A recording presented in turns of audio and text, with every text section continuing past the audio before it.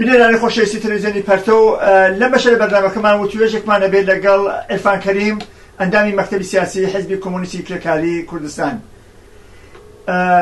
عرفان کەریم لەگەڵ بەشێکە لە چالاکوانانی سیاسی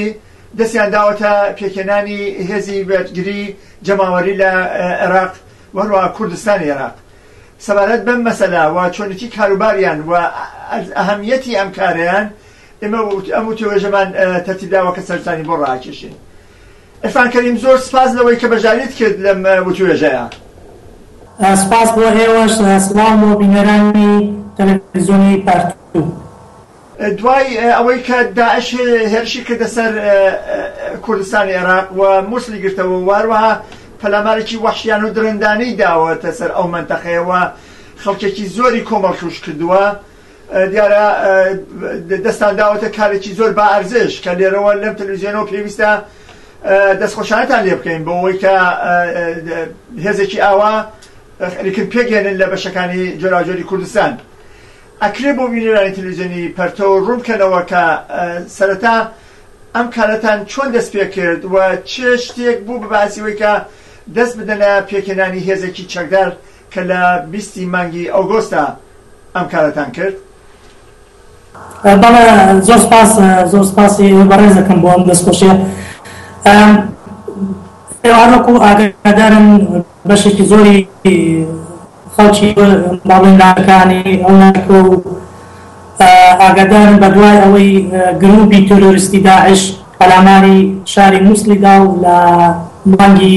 یوونی 2014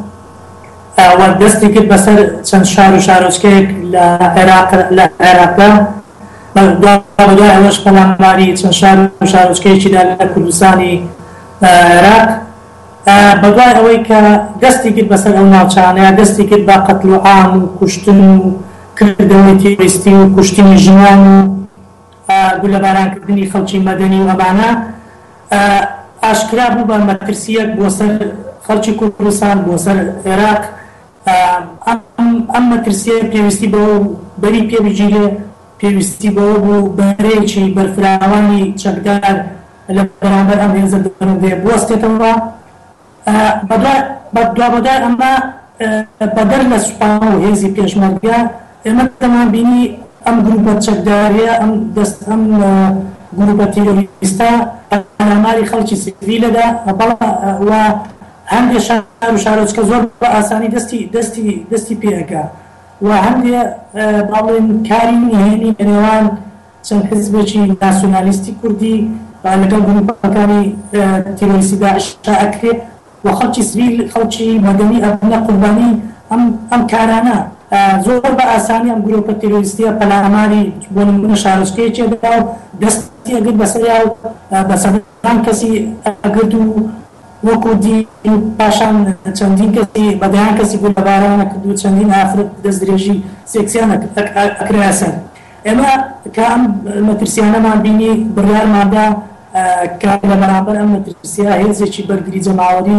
چەکدار دروستکەین بۆ ئەوەی چیتر ئەم ڕووداوانە دووبارە نەبێتەوە، بۆ ئەوەی بەربگرین بەم هێزە بڕندە تیرۆریستیە. ئەوە بوو لە 20 ئۆگۆستۆس ئێمە بڕیارماندا وەکو کۆمەڵە هەڵسوڕاوی سیاسی، وەکو کۆمەڵە چالاکوانی سیاسی کە خەڵکی ئازادی خواست کە دەستە چەکداریەکانی بەرگری جەماوەری دروستکەین لە شاری سلێمانی و سەرەتا ئێمە ئەم کارەمان دەست پێ کرد. پاشان ئەوەی کە لە شاری سلێمانی دەست پێ کرد و ئاگاردنێکمان ڕاگەیان ڕوو بە کۆمەڵگە لە میدیاکانە بڵاو کرایەوە تێیدا ئامانجەکانمان خستە ڕوو کە چۆن زۆر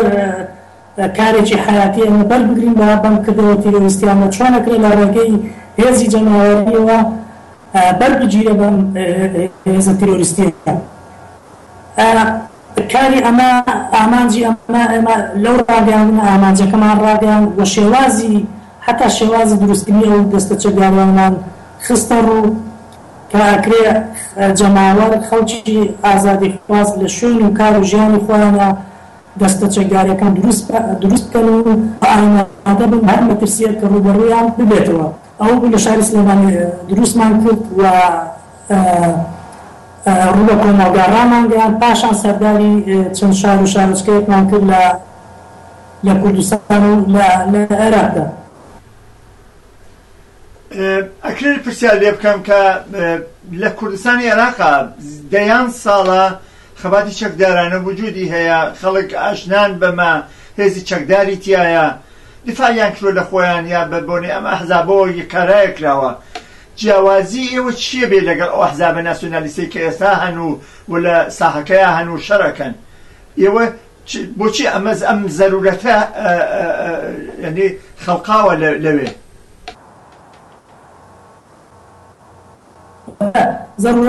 ضرورەتەکە لەوە هاتووە ئێمە بە درێژایی مێژووی ئەحزابی ناسیۆنالیزمی کوردی ئەوە کارێک کە ئەوان کردویانە ئەوەیە کە هەمیشە خەڵک و جەماوەریان خستۆتە لاوە، هەمیشە جەماوەریان لە چاوەڕوانی و لە دەستەوەستان ڕاگرت و هەمیشە جەماوەریان کردێتە قوربانی سیاسەتەکانی خۆیان، واتە خۆیان بە نوێنەری جەماوەر و بە نوێنەری خەڵک لە قەڵەمداوە و حتا لە مەسەلەی بەرگری مەسەل ئەوەی کە بەرگری لە ژیانی خەڵکن لە شەڕی چەکدارانە لە بەرامبەر دەسەڵاتە دیکتاتۆرەکانە بوەستنەوە. بەڵام جارجار ئێمە بینیمانە ئەمان لە ڕێککەوتنی ژێربەژێر و کاری سیاسەتی نهێنی و کاری پشتی پەردە و ڕێککەوتن لەگەڵ وڵاتانی دەوروبەری و حکوومەتە کۆنەپەرستەکانی ناوچەکە بینیمانە بە دوامەدا ئەمە کانەساتیان بەسەر خەڵکی کوردستان هەیەناوە. ئێمە بۆ نمونە لەم ڕووداوانەی کە بەدوای هێرشەکانی چەکدارانی گروپی تێرۆریستی داعش لە ناوچەی شنگال زۆر بە ئاشکرا یەکێک لە ئەحزابەکانی ناسیۆنالیستی کوردی خەڵکی ئەو ناوچەی کردە قوربانی سیاسەتەکانی خۆی، واتە بە چەند سەعاتێک بە هەزاران کەس بوونە کەوتنە ژێر دەستی بڕندەکانی چەکدارانی داعش. خەڵکانێک کە لە شارۆچکەی شنگال کاتێک بە خەبەراتن لە بەیانی زوودا بینیان بنکە و بارەگای ئەو حزبانە لەنگال چۆڵ کراوە چەکدارانی ئەو حزبانە پۆلیس و بەرپرسانی ئەو شارۆچکەیە هەڵاتون و ئەو شارۆچکەیان بەجێ هێشتووە. بۆیە زۆر بە ئاسانی ئەو تیرۆریستانە پەلاماری خەڵکیاندا و بینیمان ئەو کارەساتی بەسەر خەڵکی شنگال هات. هەمیشە وا بووە جیاوازی ئێمە لەگەڵ ئەمانە ئەوەیە کە ئێمە پێمان وایە کە خەڵکی جەماوەر ئەتوانێت خۆی ببێ بە هێزێکی چەکداری بەرفراوان و خۆی ببێ بە سەنگەرێکی پۆڵایی لە بەرامبەر هەر هێرشێک و هەر پەلامارێکی تێرۆریستیدا. و تەجروبە وەکو باسم کە تەجروبە هەیە لە مێژووی ئەحزابی ناسیۆنالیستی کوردیە لەم بارەوە کە چۆن کارەساتیان لەسەر خەڵکیدا هێنا و پاشان خۆشیان بەر لە خەڵکی هەڵاتون و خەڵکیان ڕاست پاردۆ بۆ کارەسات خەڵکیان ڕوبەرووی کارەسات و قەتڵ و عام و تراجیدیای گەورە کردوتەوە. بۆیە ئێمە بە حکمی ئەم تەجروبانەوە ئەوەی کە ئەم کارە ئەتوانێت ببێتە قەڵغانێکی پۆڵایی بۆ وەرگری لە ژیان و لە ئەمنیەتی خەڵک، ئەم کارە کارێکی ئەتوانێت عەمەلیە و ئەکرێ و جەماوەر ئەتوانێت دەستی بۆ برێ لە چەندین شار و شارۆچکە دەستی بۆ براوە و ڕاستی حەقیقەتی ئەم حەقیقەتی سەرماندووە. ئێوە ئێستا لەگەڵ چەند شارە پەیوەندیتان هەیە و چەند موفق بوون یا کە دەستەی ئاوا چەکدار پێک بێنن و چۆنەتی تدریبی عسکری ئەوانتان چۆنە؟ بەڵێ ئێمە لە شاری سلێمانی ئەو دەستە چەکدارانەی کە دروست بوون باڵێن مەشقی سەربازی سەرەتاییان کردووە، ئەوەی کە ئەزانن چۆن چەک بەکاربێنن و ئەم کردەکان بۆ کارانە بردووە. پەیوەندیمان هەیە لەگەڵ دەستە چەکدارەکان لە شاری کەرکووک، لە شاری خانەقین سەردانی شاری خانەقینمان کرد. پێشتر خۆی لە شاری خانەقین هەموو کارچوونڕانی سیاسی خەڵکی ئازادی خواست خۆیان هێزی بەرگری ملیان دروست کردبوو کە بریتیە لە چەندین دەستەی چەکداری جەماوەری شاری خانەقینە پارێزن، ناو شاری ئەمنیەتی ناو شاری خانەقینە پارێزن، شەوانە لە چەند خاڵێکی پشکنیندا لەسەر کوچە گۆڵانەکان خاڵی پشکنیندانێن و چاودێری گەڕەکەکان و ماڵی خەڵکەکەن هاوکات پەیوەندیمان کردووە بە چەندین دەستەی چەکداری لە ناوچەکانی ژێر دەسەڵاتی دەوڵەتی تێرۆریستی داعش واتە ژێر دەسەڵاتی داعش و لەگەڵ ئەوانە پەیوەندیە. ئەمە سەرەتای کارەکانمانە و لە ئایندە ئەمە بەتەمای سەردانی چەند شوێنێکی دیکە بکەین بە ئاماژی دروستکردنی دەستە چەکدارەکان و بەرگری جەماوەری. چۆنەتی تیارکردنی خۆتان بە سلاح بە ینی مەجموعەیەک کەرەسەی نظامی عسکەری ئەمانە چۆنەوە خەڵک دەتوانێت چی بکە بۆ ئێوە چی یارمەتیەک لە دەست خەڵک دێ یا لە دەست هێزە سیاسیەکان دێت ئەو کەسانی کە بە دەربەستی وەزعی ئێستای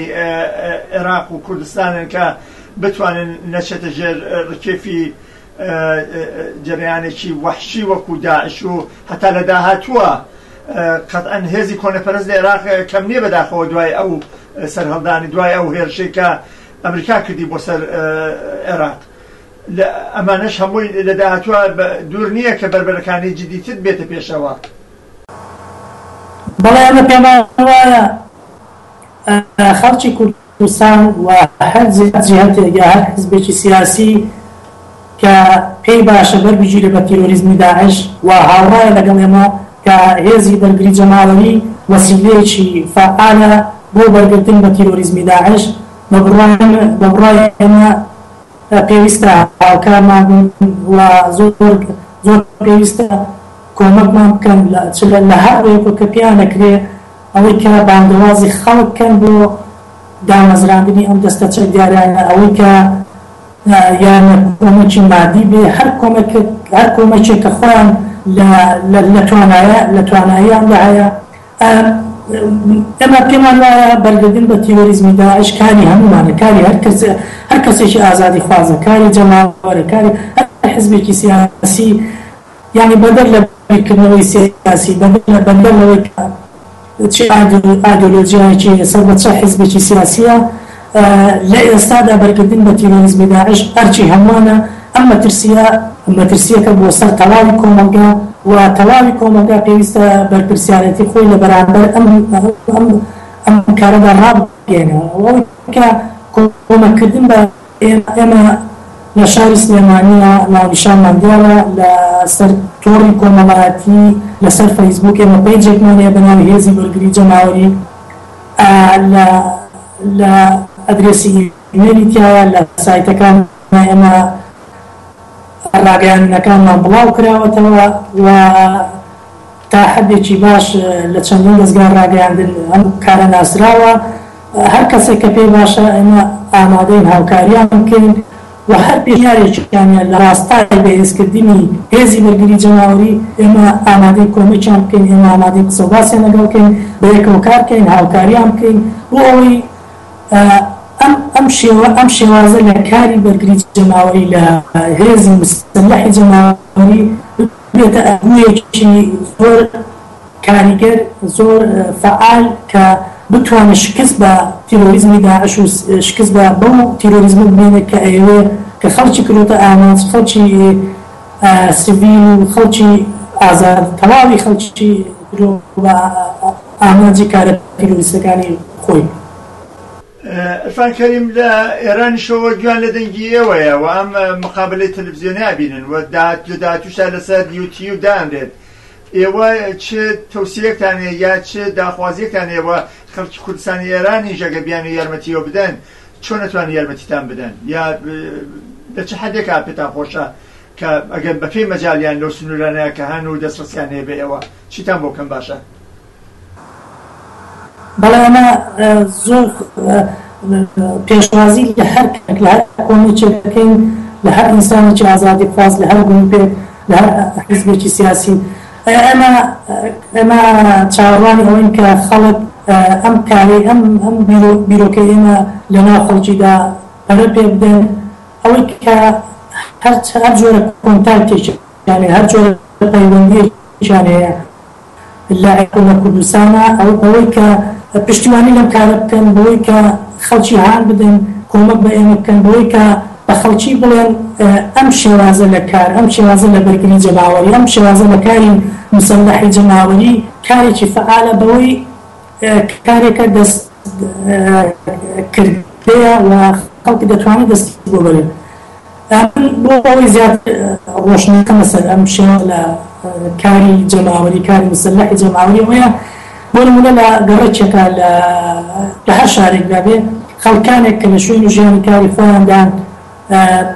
کۆ دەبنەوە، بۆ نمونە لە گەڕەکێک لە کۆمانێکدا 10 کەس 20 کەس کۆ دەبنەوە بڕیار دەدەن لەسەرەوەی کە دەستەیەکی چەکداری جەماوەری دروست بکەن و کەسێک هەڵبژێن بەوەی کە بەرپرسیان بێ سەرپەرشتی کارەکانیان بکە.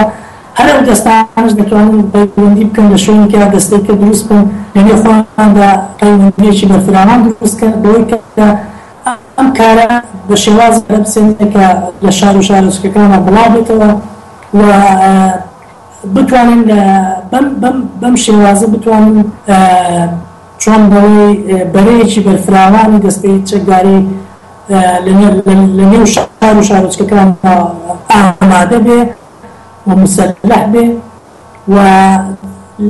لە ئەگەری ڕوودانی هەر پەلامارێکدا ئەمانە ماڵەکان و باڵنیش حتا شار و شارۆچکەکان ببن بە سەنگەری مقاومەتی چەکداری و ئەو کات لە ئەگەری هەر هێرش و پەلامارێکی تێرۆریستیدا کەمترین تەلەفات بە خەڵکی سڤیل دەکەوێت، ئەتوانێت گەورەترین گورز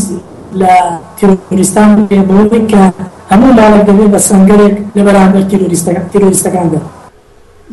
ئەرفان کەریم بەداخەوە مەجای بەرنامەکەمان کەم و پرسیاری کەشمان هەیە، هیوادارین لە بەرنامەکانی داهاتووە تۆمان ببێت وە لەسەر وردکاری لە بابەت ئەم هێزی چەکدارەوە و چۆنێتی پەرەسەندنی لە هەموو گەڕەکەکان لە بۆ لە شارە جۆراجۆرەکان لەم بابەتەوە و توێژی ترمان بێ. ئەگەر ڕوخسەت بدەیت لێرە کۆتایی پێبێنی و ئەوەش بڵێم کە حزبی حکومەتیستیش لە کوردستانی ئێران گاردی ئازادی پێکێناوە لە هەوڵایەکە ئەمە لەوەخا ئەم بیرۆکی کە باست کرد لە زۆر لە مێژە بەدوایەوەین و بتوانین ئەو خەڵکی زەحمەتکێش لە شوێنی کار و ژیانی خۆی بتوانێت هێزی چەکداری خۆی بێ کە لە ئاست هەر هێزێکی کۆنەپەرستە ڕابۆسێەوە بەرگری بکە لە ژیان و ماف و گوزەرانی شایستەی خۆی. زۆر سپاس دەکەم بۆ بەشداریت و حتمما ئێمە لە ڕێگەی ئەم تەلەڤیزیۆنەوە فەیسبوک و هەروەها عنوانی ئیمەیل و تەلەفۆنەکانی ئێوە دانین کە هیوادارین پەیوەندیتان پێوەکەن بۆ سەرکەوتنی هەرچی زیاترتان بۆ بە ئاوا دەخوازین. زۆر سپاس بۆ ماندوو نەبن، دەستان خۆش بێت. بژێت بینەرانی خۆشەویست، سەرنجتان ڕاکێشم بۆ درێژەی بەرنامەکانی ئەمڕۆ، لەگەڵمان بن.